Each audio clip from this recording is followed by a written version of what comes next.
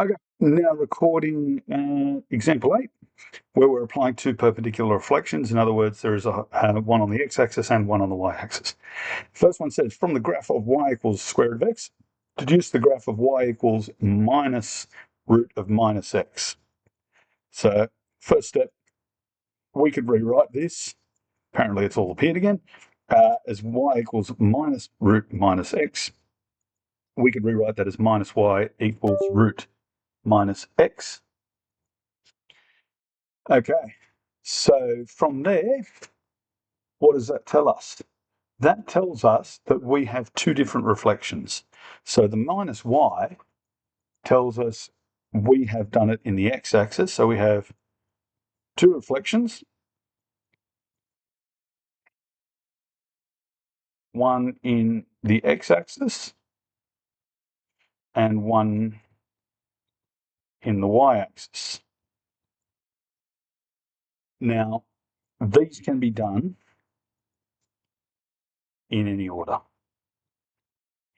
Doesn't really matter whether you flip that way and then that way, or whether you flip that way and then that way. You're still going to end up at that spot there. Hope that makes some sense. All right. Question B, what single transformation maps each graph to the other? Well, if you think about it this way, if I drew this graph, it would look like, oh, that's terrible.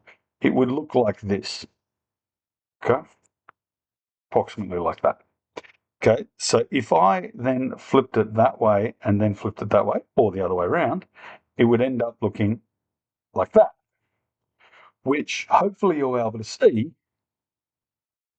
I sort of go like that, could also be done using a rotation. So it is the same as a 180-degree rotation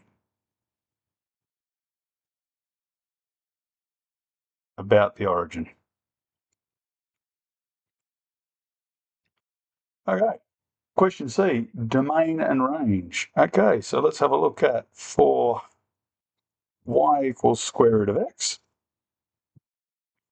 The domain is x is greater than or equal to 0, because we can't have anything negative in there. And the range is y is greater than or equal to 0, remembering that by definition, that is just the positive square root. And then for, well, we'll write it properly, y equals minus square root of minus x. You can see what the domain is going to be. The domain is going to be all x's less than or equal to 0. And the range is also going to be y is less than or equal to 0 as well, which you can see pretty clearly from the graph. Done.